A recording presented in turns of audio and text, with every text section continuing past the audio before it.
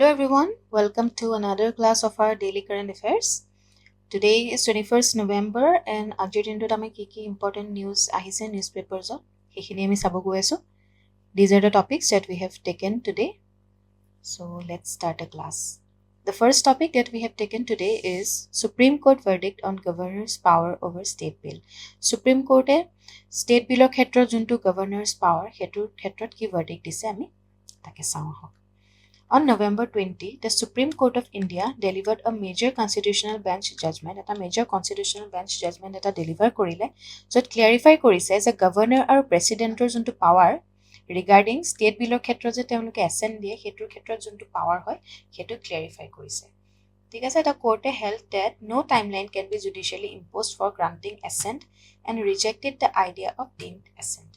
মানে একো timeline impose কৰিব নালাগে বুলি কৈছে জুডিশিয়ালি ইম্পোজ কৰা নহয় ফৰ গ্ৰান্টিং এসেন্ট গ্ৰান্ট কৰাৰ কাৰণে আৰু ডিমড এসেন্ট মানে এসেন্ট দিবই লাগিব যোনটো আইডিয়া হয় সেই আইডিয়াটো ৰিজেক্ট কৰিছে ঠিক আছে and this verdict came in response to a presidential reference under article 143(1) seeking clarity after a earlier Supreme Court order fixed a 3-month limit for assent. Earlier Supreme Court order 3-month limit disla for assent.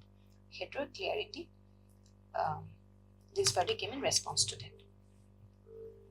ঠিক আছে then key highlight of the Supreme Court verdict Cyclone no time limit on governors and presidents for assent.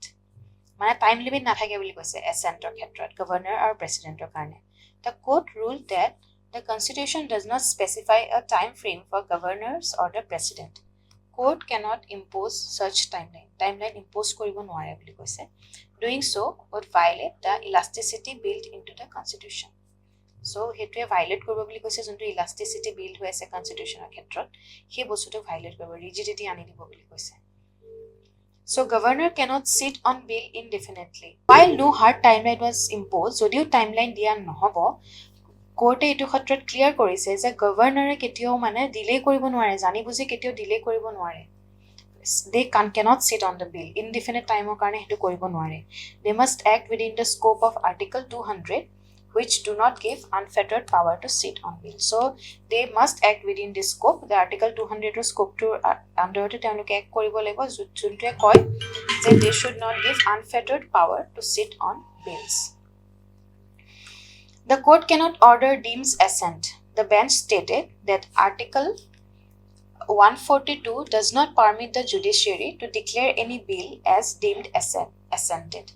মানে article 142 আমাৰ কয় যে জুডিশিয়াৰী permission দিয়া নহয় যে একো বিলে ডিমড এসেন্ট বুলি ডিক্লেয়াৰ কৰাৰ পাৰমিশন দিয়া নহয় জুডিশিয়াৰী ঠিক আছে আৰু গভৰ্ণৰ আৰু প্ৰেসিডেন্টৰ constitutional function cannot be substituted by court governor আৰু প্ৰেসিডেন্টৰ যোনটো কনস্টিটিউশনাল ফাংচন হয় হেতু সাবস্টিটিউট কৰিব নোৱাৰে options available to governors under article 200 The court reiterated the only 3 constitutional choices. The tinta constitutional choices ase je they can give governor they can give assent to a bill, they can withhold assent and return the bill with comments and they can reserve the bill for the president. He tinta choice constitutional choice governor hatot thake. Either they can give assent to the bill immediately, whether they can withhold and then return the bill with comments or they can reserve the bill for the president. No other option exists including doing nothing. So বেলেগ তাৰ বাহিৰে এই তিনটা অপচনৰ বাহিৰে বেলেগ option নাথাকে governor ঠিক আছে ব্যাকগ্ৰাউণ্ড কনটেক্সট যদি আমি চাওঁ why was the president's reference issued in 2024 a 2-judge Supreme Court bench set a 3-month deadline for governors and the President Draupadi Murmu invoked article 143(1) which is rarely used seeking clarification on whether court can set deadline, whether courts can order deemed assent, the proper interpretation of article 200 and 201, and this led to a 5-judge constitutional bench hearing. ঠিক আছে this is the background context of this. Okay, so let's move on. আমি এটো চাও article 143 আমি হেতুকে পালো article 143(1) actually কয় কি it gives the president power to seek the Supreme Court's opinion on questions of law or public importance.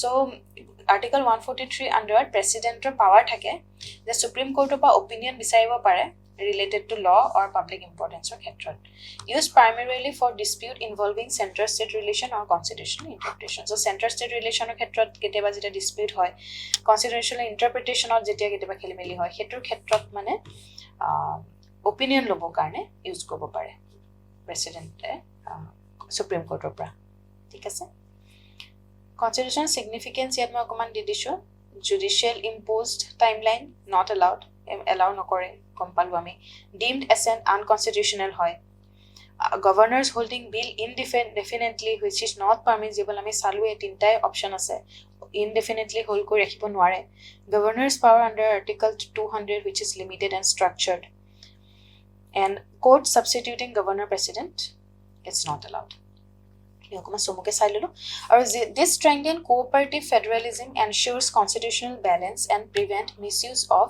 offices for political obstruction so it cooperative federalism strengthen kore constitutional balance and or misuse no hoy so hetu khetrot ami gom palu then exam relevance ase amar gs paper 2 polity karone important hoy etu amar role of governor state center state relation articles will directly ahi jaba pare article 200 201 article 143 so he posto khini karone amar exam perspective pa important hoy statement based mcq eta disu eta try koribo etu and mains question ase so let's come to the next topic junto Koch Rajbongshi protest rally and Koch আমি এটা protest শুনিছো Koch Rajbongshi এটা rally হৈ আছে সাউসো news তো হক কি কৈছে Massive Koch Rajbongshi rally in Koch demands peace accord with KLO, separate Kamatapur state and ST status. A massive protest rally was held in Koch on Thursday evening, organized by AKRASU and several Koch Rajbongshi organizations. ঠিক আছে এই নিউজটো ইমান বেছি important নহয় এটো এটা মানে আমি জাস্ট দেখিলো যে এটা হেৰি প্ৰটেষ্ট এটা হৈ আছে কোকৰাঝাৰত আপোনাৰ যোনখিনি কোচ ৰাজবংশীজ আছে তেওঁলোকৰ so কি ডিমান্ডটো কি হয় the peace accord with Kamatapur liberation organization formation of separate Kamatapur state এখন separately form কৰাৰ ডিমান্ড কৰি আছে peace accord এটা বিচাৰিছে with Kamatapur liberation organization scheduled tribe status বিচাৰিছে to Koch Rajbongshi community 1000 participants e bahut mane goi play protest কৰিছে আৰু slogan এনেকে দিছে BJP go back no ST no rest so hetu ইমান important নহয় mainly reason কেটা আমি গম পালো কিয় কৰিছে protest to background to অকমান চাইলো মই ললো because Koch Rajbongshi যেহেতু কে নিউজত আছে আমাৰ তেনেকে নিউজৰ ৰিলেটেড কিবা মানে important anything যদি আমি পাও নিউজত হেতু ৰিলেটেড আমাৰ ডাইৰেক্টলি কোৱেশ্চন কেতিয়াবা আহি যায় সো যেহেতু Koch Rajbongshi কথা আছে Koch Rajbongshi কথা আহি যাব পাৰে এক্সামত who are Koch Rajbongshis a ethnic community concentrated mainly in lower Assam North Bengal and part of Bihar and Bangladesh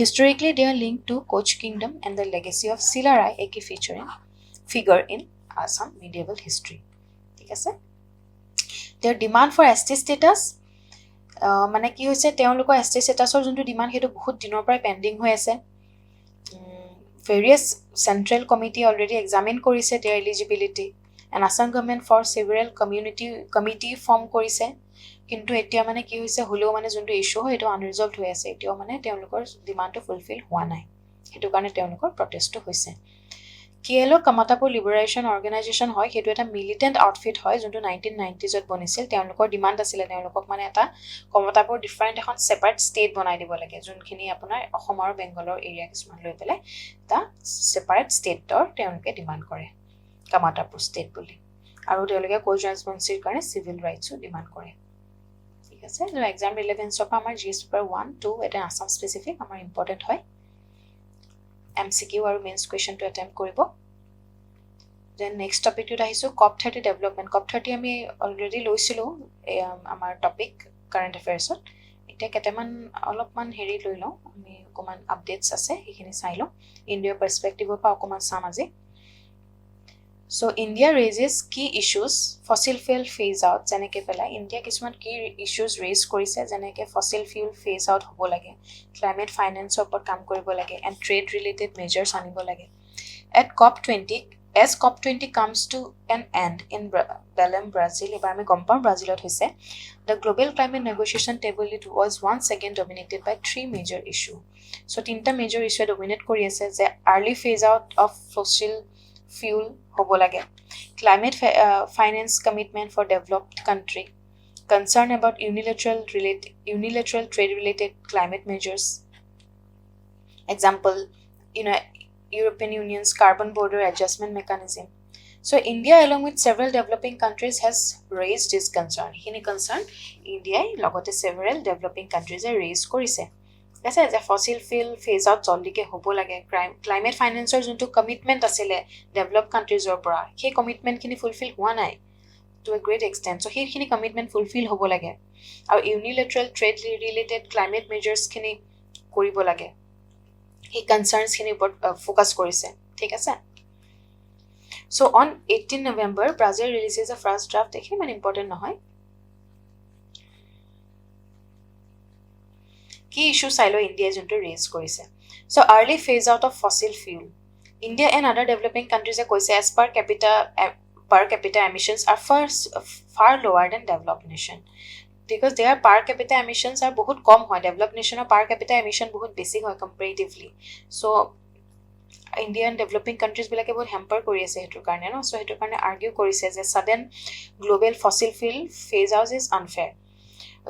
Sorry ha, mane India mane etu koise je suddenly juntu mane etia demand hoy ase je fossil fuel phase out hobo lage, hetu suddenly juntu hoy hetu unfair boli koise, because amar India'r kiman khini emissions nai jiman khini developed countries or ase, aru etia developed countries already bahut khini develop koriye hoise, but etia amar developing countries bilakor jun khini important hoy suddenly jodi global fuel phase out hoy jay hetu mane developing underdeveloped countries khini besi impact pelabo.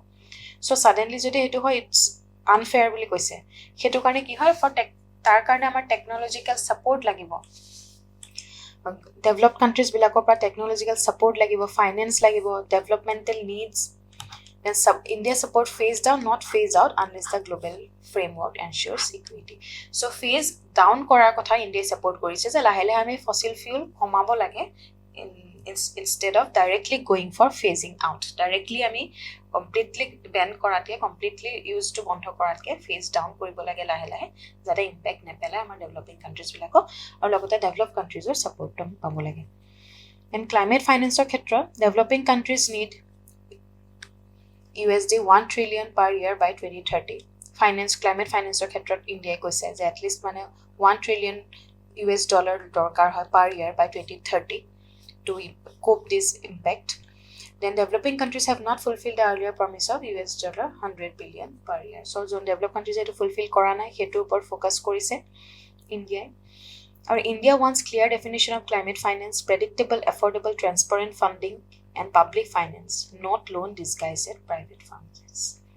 Hetu public finance, clear definition of climate finance or predictable and affordable transparent funding India demand korise.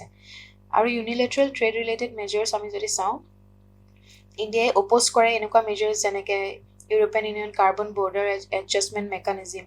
So these impose carbon taxes on import and hurt developing countries. So ki hoy carbon border adjustment mechanism I mean user paisilu hetu, right? So hetu ki kore carbon tax logai on import korote carbon tax logai jonte developing countries ok bahut impact pelai.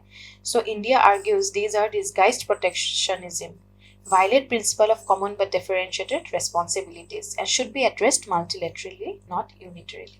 So hekini bostu mane the problem kore boli koise, hurt kore economy hono, aru these are disguised protectionism boli koise, aru junto amar common but differentiated responsibility ase hetu violate kore. So hekini bostu ami salo exam relevance pa amar GS paper 3 karone important hoi jay, thik ase. Then yeah, so hekini topic core related amar important hoy to topic prelims to amar ahi jay no directly teneke amar ahi jabo pare. So hetu important hoy. MCQ moi disu yate try koro, mains question এটা আছে ইয়াত মই অকমান দেখাই দিছো India's climate action 4 billion ton carbon dioxide reduction plan যোনটো 2020 বা 2030 লে আছে সেই বস্তুটো অকমান মই ইয়াত দি দিছো চাব পাৰে যোনটো আমাৰ ৰিডাকশ্যন টাৰ্গেট হয় কি হয় Indian green hydrogen mission world largest mission targeting 5 MMT production by 2030. 5 MMT production by 2030 target korise National Green Hydrogen Mission under International Solar Alliance ক্ষেত্ৰত 125 member countries promoting solar energy globally. Then green steel taxonomy ক্ষেত্ৰত first country to develop comprehensive green steel framework. Then Mission Life, that is promoting sustainable lifestyle and green credit program. Then India carbon market launch planned for early 2026 to trade carbon credit. Then climate resilient infrastructure. ঠিক আছে এইখিনি চালো so next টপিকটো ৰাহো চাই লব মই PDF টো দি দিম ভালকে নেক্সট টপিকটো আমি আহিছো Colombo Security Conclave 7th NSA level meeting যেটো আমাৰ recently hall India National Security Advisor Ajit Doval chaired the 7th NSA level meeting of the Colombo Security Conclave with his counterparts from Maldives, Mauritius, Sri Lanka, Bangladesh, Seychelles, and Malaysia in New Delhi. The meeting focused on maritime security, counter-terrorism, cyber threats, and transnational crime amid rising regional security challenges. Amar ite jonkhini security challenges bilak rise hoi ase so hei bilakor মাজত this meeting khone ki hol focus korise on maritime security, counter terrorism, cyber threat aru transnational crime jonkhini hoi ase amar regional security challenge or bitro thik ase then background ami okoma saila what is Colombo Security Conclave it is a regional security grouping focusing on the Indian Ocean region eta security grouping hoy jonte Indian Ocean region to focus kore initially began as India Sri Lanka Maldives trilateral security dialogue 2011 at hoisile India Sri Lanka Maldives or trilateral security dialogue hisabe initially began hoisil then it expanded into a CSE framework and formalized through founding document signed in August 2024 in Sri Lanka so teneke form hol objective asile je enhance regional security cooperation among littoral states blakor khetra tamai jete regional security cooperation to ami enhance koribo paro member states hoy amar India hoy Sri Lanka Maldives Mauritius Bangladesh and Seychelles initially observer asile now Seychelles separated as full member in 2025 etu ketiba hi jaba pare which country upgraded as full member tete ami likhibo lagibo and Malaysia was invited as guest 5 security pillar reviewed in the 7th meeting security pillar review korile maritime safety and security upor kotha patile importance then counter terrorism and radicalization then combating trafficking and transnational organized crime cyber security and critical infrastructure protection humanitarian assistance and disaster relief a comprehensive review of decisions from the 6th meeting was presented by the First Secretary General. So, ekhini topic oporot there are the 5 security pillars that were reviewed in the 7th meeting. Highlight khini saino okoman. Strengthening maritime security oporot kotha patile je shared concern over Indian Ocean region maritime threat. Jonkhini amar maritime threat amar Indian ocean related jonkhini amar threats ahe ba illegal fishing hoy ba foreign naval presence ami dekha pau ocean region khini so hekhini upor concern khini discuss korile emphasis on joint patrolling hobo lage information share hobo lage maritime domain awareness bhalke thakibo lage hetur upor emphasis dile importance dile then counter terrorism cooperation upor discuss korile as a recent junkhini terror incident hoy ase including amar Delhi terror attack to hekhini upor discussion hol ete focus korile je keneke ami radicalization network to mane bondho kora মানে focus কৰিব লাগে financial link and intelligence কোঅপাৰেচন এবিলাকৰ ক্ষেত্ৰত ৰেডিকেলাইজেচনৰ ক্ষেত্ৰত আমি হেখিনি বস্তু কেনেকৈ curve কৰিব লাগে so that we can work on countering terrorism so tackling transnational crime যেনেকৈ আমাৰ হিউম্যান ট্ৰাফিকিং বহুত বাঢ়ি আছে specially individual traffic into cyber crime network in Asia then plan to boost regional response and tighten border hekhini hoise regional response boost koribo bisar mane plan korise বৰ্ডাৰখিনি tighten কৰাৰ plan কৰিছে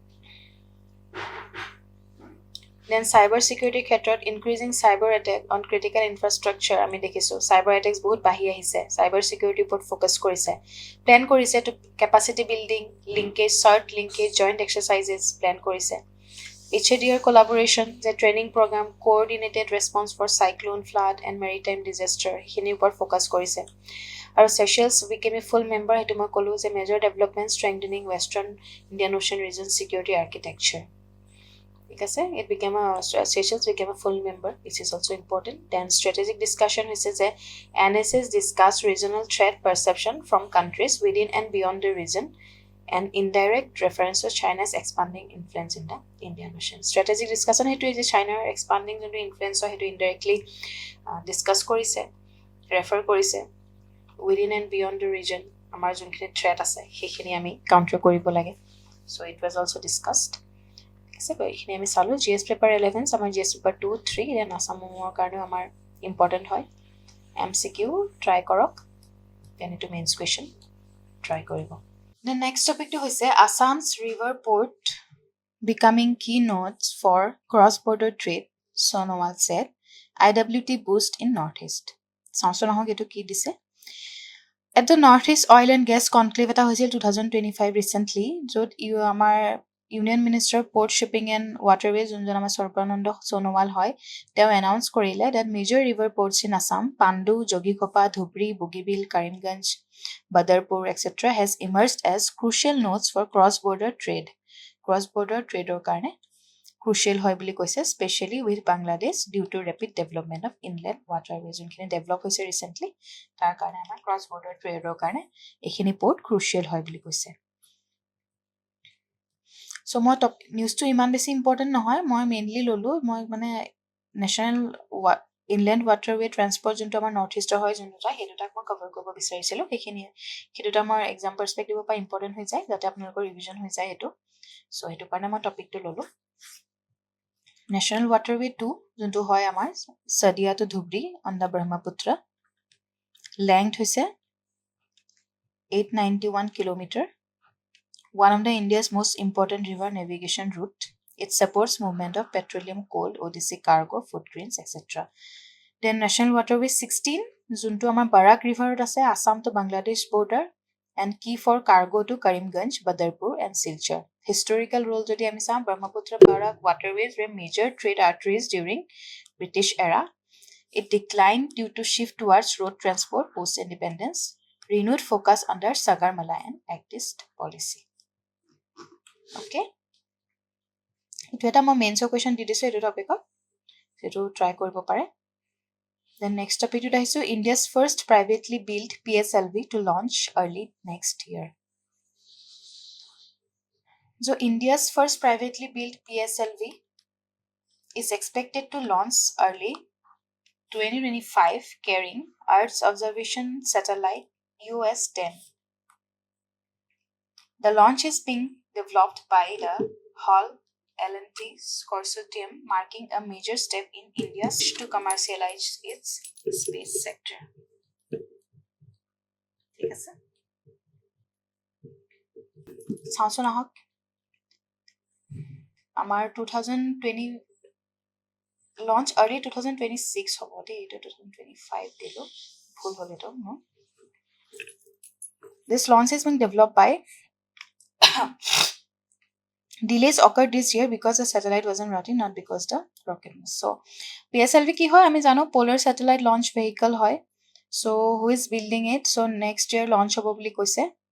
Who is building it?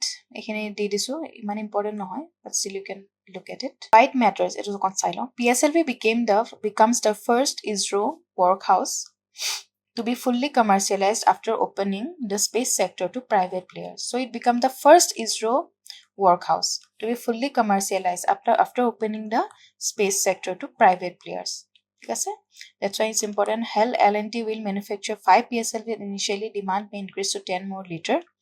Marks India's transition from ISRO's only launches to private sector-led manufacturing plus future marketing. Impact on India's space ecosystem. Ami saiso that it is increasing commercialization ISRO will initially provide payloads, but in the future, the consortium may market launches, build its own client base, schedule mission independently.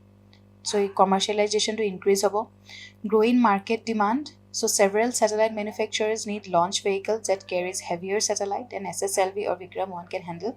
So PSLV will fill the mid-range payload gap. Then private sector capacity boost about the technology transfer of SSLV to halls showing growing private participation. PSLV private manufacturing creates job in aerospace, deeper private industry expertise, reduce pressure on ISRO to build venue every vehicle. So সেই বস্তুখিনি আমি দেখা পাম, help হ'ব বহুত ক্ষেত্ৰত। GS paper 11 সেইখিনি দিছোঁ মই, GS পেপাৰ 3 কাৰণে ইম্পৰ্টেণ্ট হয়। দেন ট্ৰাই কৰিব পাৰে MCQ এণ্ড মেইনছ কুৱেশ্যনটো। So next topic আহিছোঁ Cyclone Senyar. Indian Meteorological Department has issued an alert for the Andaman and Nicobar Island as a cyclonic circulation over the Bay of Bengal is expected to intensify from November 21st. So news to important হয় যদিও মই mainly সাইক্লোনৰ related অকমান information দিবৰ কাৰণে টপিকটো ল'লোঁ। How cyclone forms in the Bay of Bengal. The Bay of Bengal is one of the most important active basin for tropical cyclone due to আমাৰ দেখো Bay of Bengal এৰিয়াটোত আমাৰ বহুত বেছি cyclone হোৱা দেখা পাওঁ, tropical cyclones কাৰণে বহুত prone হয়। কিয় হয় বাৰু? Because warm sea surface temperature. Sea surfaceৰ টেম্পাৰেচাৰটো বহুত warm হয়, মানে 28 to 30 ডিগ্ৰী চেলচিয়াছ গোটেই বছৰটোত থাকে। হিউমিড বহুত বেছি থাকে, কনভেকশ্যন কাৰেণ্ট বহুত ষ্ট্ৰং থাকে। আৰু low vertical wind shear during pre and post monsoon season. Low vertical wind থাকে pre and post monsoon seasonত। Conclave coastline which amplify storm surges. Coastline খিনি conclave হয় which amplifies storm surges বুলি কৈছে। Cyclones are classified by IMD based on wind speeds. মানে depression, deep depression, wind speeder based কৰি পেলাই classify কৰা হয়, যেনেকৈ depression, deep depression, cyclone storm, severe cyclonic storm, very severe, extremely severe, super cyclone, তেনেকৈ। Why the Andaman and Nicobar Islands are highly vulnerable. So island lie close to a primary cyclone genesis zone in the southeast base of Bay of Bengal. So island to ki hoy cyclonic primary cyclone genesis zone ase in the southeast Bay of Bengal, and low lying terrain increase storm surge vulnerability. Low lying terrain hoy so mane storm surge vulnerability thake, increase mane vulnerability bahi jay. Remote connectivity disruption in shipping and ferry service impact essential supplies. Our large coastal population dependent on fishing makes early warning crucial. So কি হয় আমাৰ সেইটো গম পালো যে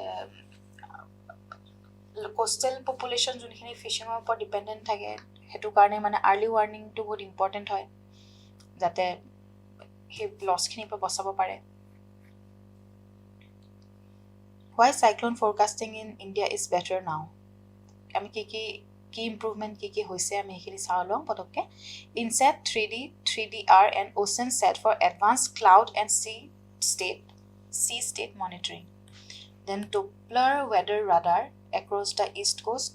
Then IMD's MME multimodal ensemble forecasting for better track and intensity prediction. Last mile communication through SMS, Siren, DD News, All India Radio, NDMA app. সেইখিনি আমি দেখা পাইছো। That are the key improvements. Our impact of cyclone আমি জানো, economic impact যদি আমি চাব যাওঁ বহুত ডেমেজ কৰে পোৰ্টত, shipping, fisheries, telecom, power grid. So tourismৰ ক্ষেত্ৰত বহুত আমি লছ হোৱা দেখিছোঁ because Andaman and Nicobar Island বহুত tourismৰ ক্ষেত্ৰত বহুত ইম্পৰ্টেণ্ট হয়, টুৰিষ্ট বহুত এট্ৰেক্ট কৰে আমি দেখা পাওঁ। এনভাইৰমেণ্টেল ৰিজন আমাৰ কোষ্টেল ৰিজন হৈছে, কোৰেলছবিলাক ব্লিচিং হৈ গৈছে বুলি কৈছে, mangrove destruction, changes in sedimentation along island coastline. Social impact আমি চাওঁ, ডিছপ্লেচমেণ্ট হয়, বহুত মানুহে loss of livelihood for fishing কমিউনিটিবিলাকৰ লাইভলিহুড ডেঞ্জাৰত আহি যায়, মেডিকেল এণ্ড ইমাৰ্জেঞ্চি ছাৰ্ভিচেছ ক্ষেত্ৰত ডিছৰাপশ্যন আহে। চ' গভৰ্ণমেণ্ট প্ৰিপেয়াৰনেছ মেজৰ কি লৈছে? NDMA গাইডলাইনৰ ক্ষেত্ৰত cyclone shelter, early warning system, evacuation drill সেইখিনি আমি দেখা পাওঁ। Coastal regulation zone rules for managing fragile coastal area, integrated coastal zone management project, and disaster response forces station in Andaman and Nicobar সেইখিনি আমি measures দেখা পাওঁ।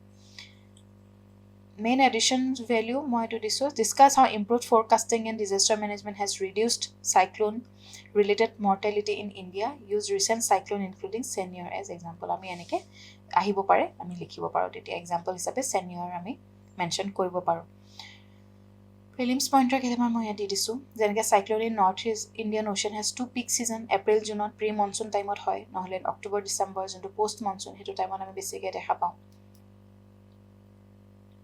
আৰু IMD is the regional specialized meteorological center for cyclone in North India Ocean the meteorological department